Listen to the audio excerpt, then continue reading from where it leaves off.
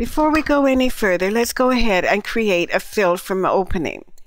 Convert, create fill from opening, and you now have your opening for that fill.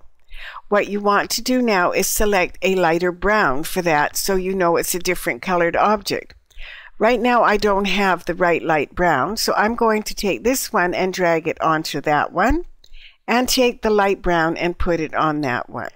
The remaining lighter brown objects will be digitized in the same method using the Create Fill Object tool. So we have this one. Let's right-click Parameters and check our parameters. Set your angle to 140 degrees, and it's going to be plain fill, and you don't want any underlay. Your pull and density will be at the default. Click on OK. Now let's go ahead and work with the next object. And I'm not going to digitize every object, I'm just going to show you how they were done. This was the Create Fill Object tool. I started here, worked my way around, closed edges at the end. Now notice when I zoom in how I've indented in for the toes. Once you've digitized this foot area, right-click, Parameters, and you want to set your parameters as follows. Pull compensation 0.2. Whoops, I better bring it in so you can see it. Pull compensation 0.2. Your density is 4.5. I set the angle at 155. Remove all underlay options and click on Parameters and Save Parameters for new objects, or hold parameters for new objects, and click on OK.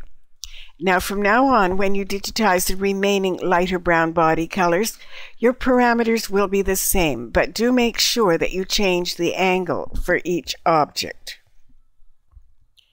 Next one was, let's go find it, way up here, and it was his hand. Again, notice how I have indented in quite a bit to give you the outline of the fingers on the hand. Now, as you go along, you want to create a connection. Transform, create connection. And what you see right now, and I'm going to make it red so you can see it, is a straight line from the paw at the bottom to the hand at the top. Control E is the shortcut for edit, and you are simply going to move that, insert as many nodes as you need, and move that connection stitch to run along the edge like that. Bring it down here. It only takes a second. And then when you need more nodes, click on Insert, and it will insert more nodes. And just carry on along the edge of the objects until it is finished. When you insert, select the last node so it will insert just before it. Bring it over, and you need one more node. Bring that right down there and inside along the edge. You now have your connection stitch, and of course it will be the same color as your object. And there's another connection stitch from this object which we just digitized. Go ahead and do the ear, and notice as I go through them what my angle is. This one was -129. You can see the ear. Connection stitch over to the other ear right here. Second inner ear. These are inner ears, not the outer ear section. And again, just a nice fill object tool. Connection stitch down to the next object, which was his muzzle, or the bottom of his face.